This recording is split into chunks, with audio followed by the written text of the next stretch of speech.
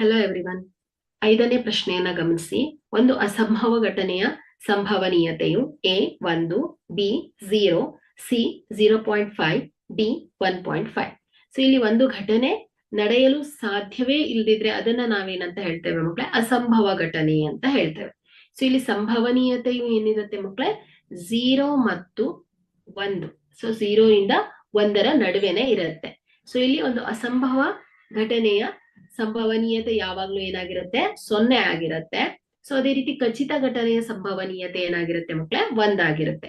So ಇಲ್ಲಿ ನಮಗೆ ಅಸಂಭವ ಘಟನೆಯ ಸಂಭವನೀಯತೆಯನ್ನ ಕೇಳಿರೋದ್ರಿಂದ ಸೊ ಕೊಟ್ಟಿರುವಂತ ಆಯ್ಕೆಯಲ್ಲಿ ಬಿ ಸರಿಯಾಗಿರುವಂತ ಆಯ್ಕೆ 0 ಆಗಿದೆ.